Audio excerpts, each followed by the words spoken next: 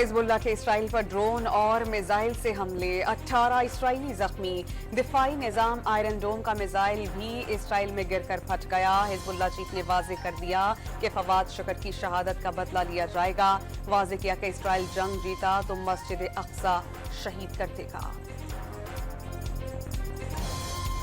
اسرائیل کے غزہ پر وحشیانہ بمباری میں مزید 40 فلسطینی شہید۔ مقبوضہ مغربی کنارے میں خونی کارروائیوں میں 12 فلسطینی شہید کر دیے گئے۔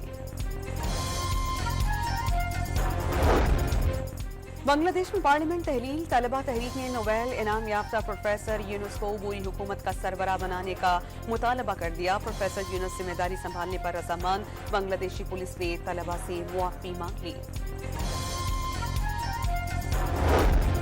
اور الیکشن ایکٹ 2024 کا ترمیمی بل سینٹ سے کثرت رائے سے منظور۔ قومی اسمبلی میں بل منظور کرنے پر اپوزیشن کا ہنگامہ، کاپیاں پھاڑ دی۔